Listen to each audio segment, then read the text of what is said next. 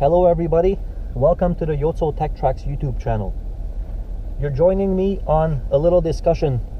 I'd like to talk about the engine in this truck, which is the 5.7 liter V8. Again, if you're new to this channel, this is a 2016 Ram 1500 truck. Under the hood is the 5.7 liter Hemi, and I'd like to give my opinion, whoever is interested, about the reasons I chose this engine over the other ones that were available in that year. Just to go back, from previous videos, you may or may not know, this truck was purchased from the first owner to a dealership, but the original intention was to spec out a brand new truck. Again, with this powertrain combination. This has the 5.7 liter V8. It has the 6-speed automatic transmission, 65 RFE. It is 4-wheel drive, crew cab with the big doors, and 57-inch bed. I believe that's about a 5.5 foot bed. It is 4-wheel drive, which I require for just winter driving in Canada. Roads can be a little bit tough. It's easier than pushing the car to get it going on slippery surfaces. And because I'm going to be using this truck for adventures on the weekends mainly, all through the summer, whenever I have a chance for overlanding, camping, just anywhere, anytime, family fun. So the story goes with this truck.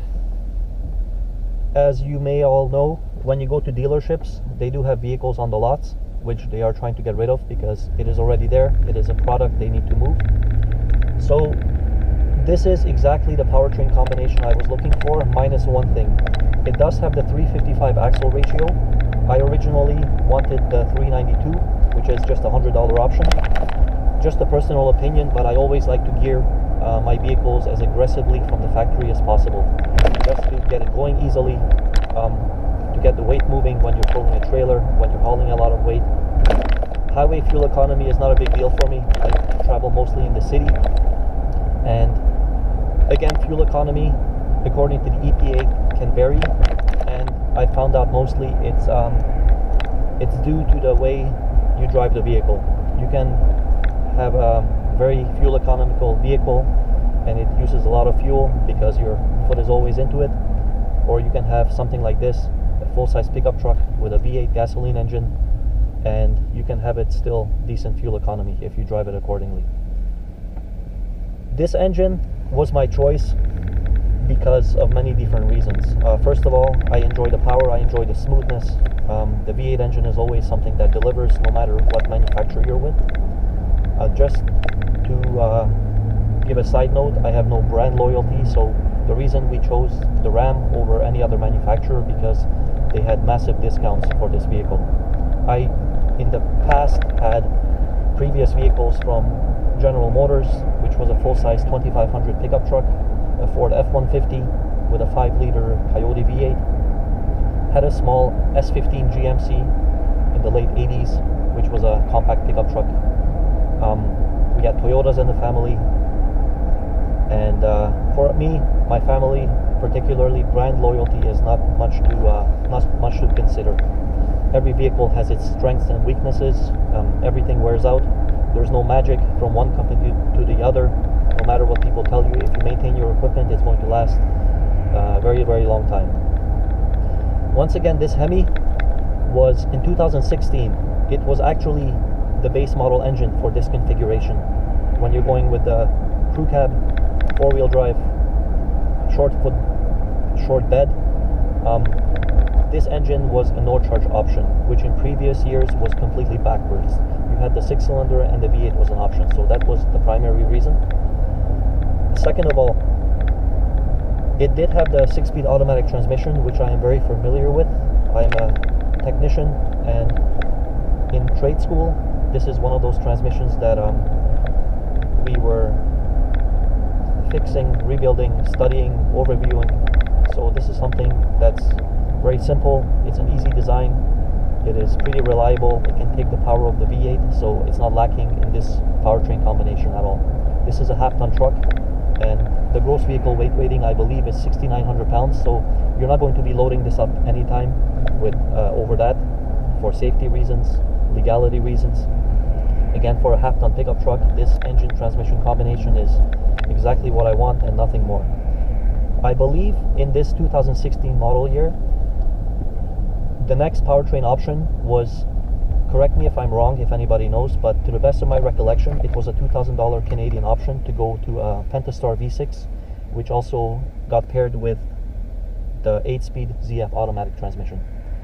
Again, if that was the base powertrain combination, I would have entertained that option as well.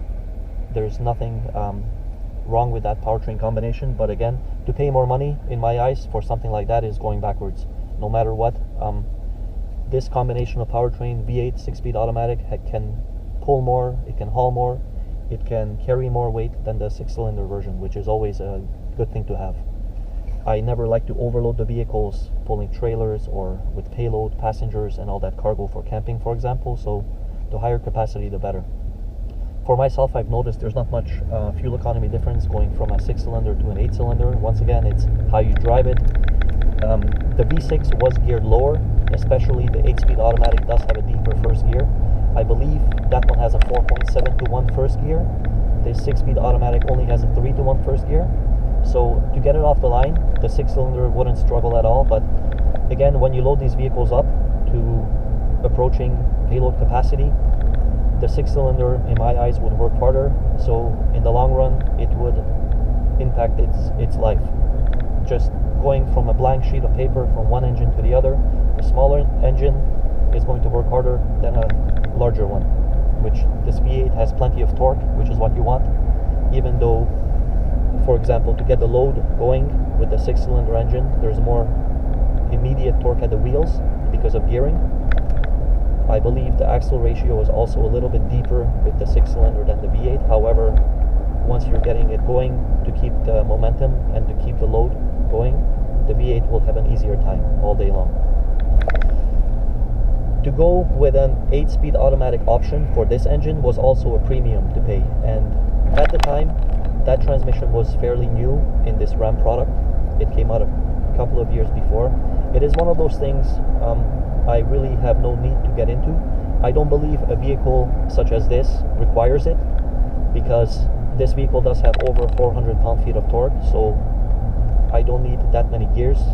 When you have a small engine, more gears is always helpful, but it is not required for something like this. For example, right now I'm going about 50 kilometers an hour, and the engine's basically around 1,000, 1,200 RPM or so, and it can pull it, push it, even loaded on the biggest uphills. So I don't really need that many gears in the transmission. I've gone from old vehicles that basically had 3-speed automatics, and the big engine with a high torque output can upshift to those specific gears and hold the ratio. Again, if you're using this vehicle for performance, the 8-speed is always better. It's quicker, I believe. Its shift quality, shift timing is much quicker. It can take more torque, which is in factory trim. It's not a consideration for me. I just need the factory warranty applied. So the 6-cylinder is great with the 8-speed automatic, because once again, that was the only powertrain combination if you want the V6. But for the V8, you can go either way, but I didn't feel any need to pay a premium to get an extra 2 gears. Basically, the 8-speed automatic's 8th gear is the same or very, very close to this 6-speed automatic's 6th gear. So the top gear, if you have equal axle ratios, the engine will be turning at the same speed on the highway. Furthermore, this transmission is easily serviceable. It takes the Mopar ATF Plus 4. This is the 65 RFE. It came out, I believe, in 1999 in the Jeep Grand Cherokee, so this is once again a tried and tested transmission. It has roots back to the old Power Glide transmissions, and basically you can think of it as a 3-speed automatic with 2 overdrives, and there is a second gear for kickdown. So in normal operation, when you put this vehicle in drive, it is going to shift through 5 forward gears. I believe those ratios are 3 to 1, about 1.67 to 1, 1 to 1, 0.75 to 1, and 0.67 to 1. And the second prime, I believe, is a kickdown second gear if you're at the right speed and throttle combination. If you want to kick down from 4th or 3rd to to second gear, it's going to kick down to the second prime, which is 1.5 to 1. Again, in normal operation, just in the drive mode, it's going to shift through 5 gears. And I've noticed this is perfect ratios for this truck. It rolls down the road very easily, it gets going very easily. When this transmission first came out, that 3 to 1 first gear was, I believe it was leading in its class. Other transmissions did not have such a low first gear ratio, which again, for this vehicle, it gets the weight moving quite easily. Even though I have a lot of gear in here most of the time, I have never lacked any power in this truck. Also, that ZF 8-speed automatic transmission is very expensive to service. I believe it has a special fluid, especially at the time it came out. I didn't want to look into future maintenance issues with that. I believe it's a sealed for life transmission, although you can take that how it is. Honestly, nothing is sealed for life. It's just applies until the warranty is over. So servicing that, I believe the fluid is very expensive, and you have to get into things such as you don't have a dipstick, you need special procedures for filling, and so on and so forth. So once again, for me, this powertrain combination is the one to go with. I live in Canada, so fuel is pretty cheap. It is not expensive at all, and the little bit of fuel economy savings in the 6-cylinder for day-to-day driving, it wouldn't justify the added cost of actually purchasing that powertrain combination. Another powertrain option, I believe, was the 3-liter V6 turbo diesel. I believe that's called the Eco Diesel. And once again, I'm not particularly a fan of diesels if you're not using them to its full capability. I do use this vehicle for start and stop short trips a lot of the times, and diesels don't like to be started too much, on and off, on and off. You're going to get into reliability issues down the road, especially nowadays where those diesel engines are very, very, very heavily loaded with emission components. They do have very heavy EGR, which is exhaust gas recirculation.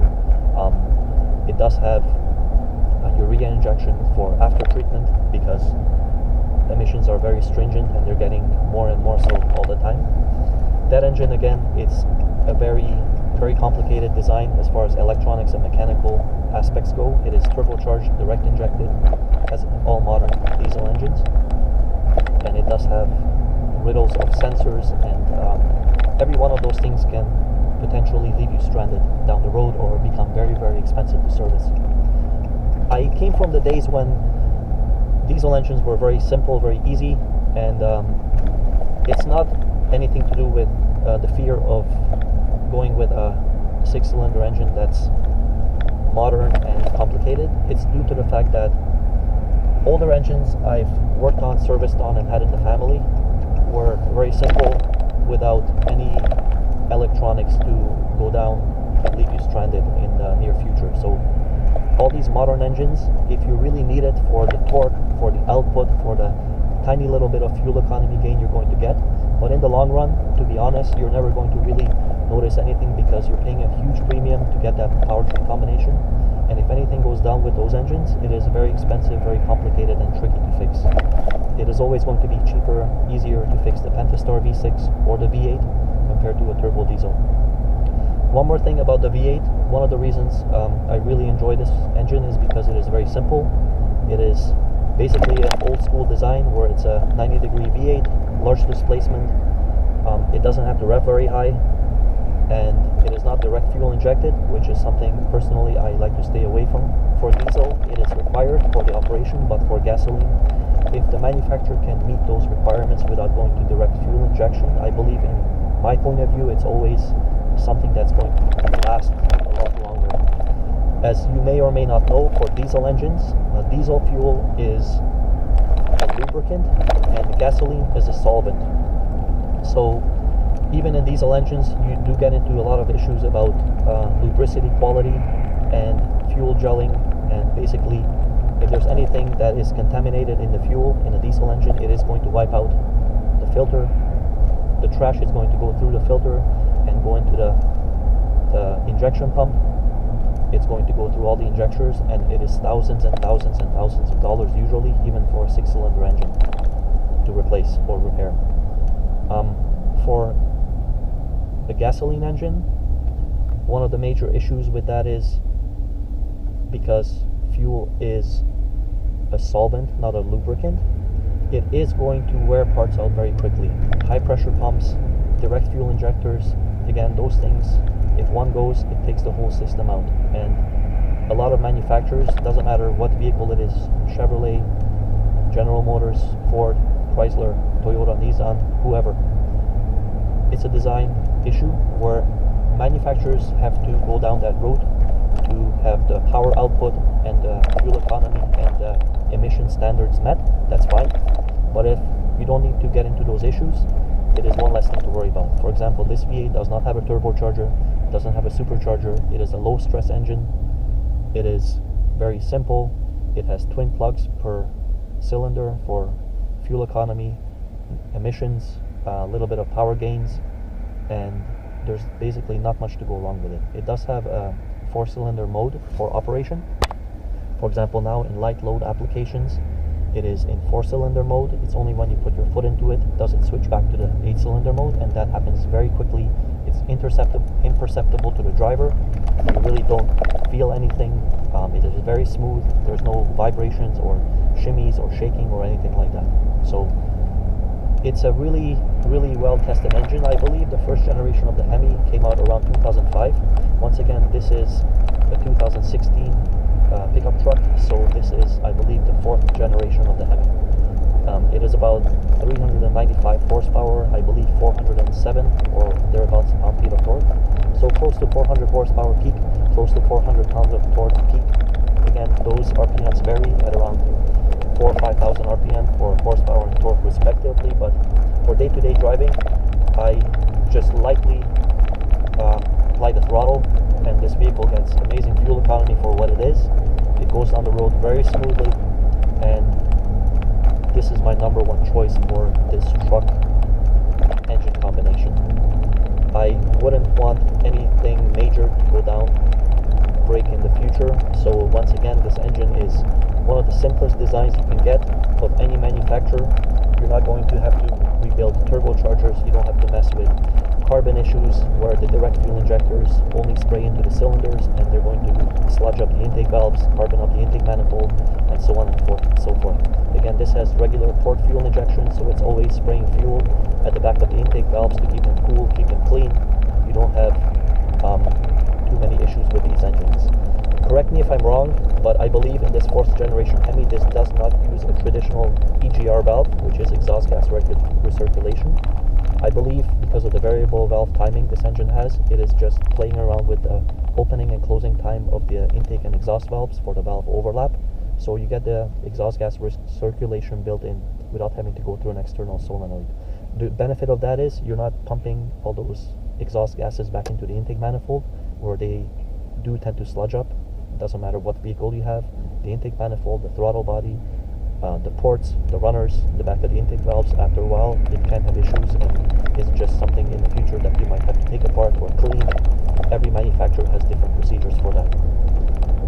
If you don't have those issues to begin with, again, it's a very good design, and this V8 engine is very, very simple, tried and true. It's been on the road for years and years and years, and there's many thousands and millions of these vehicles on the road.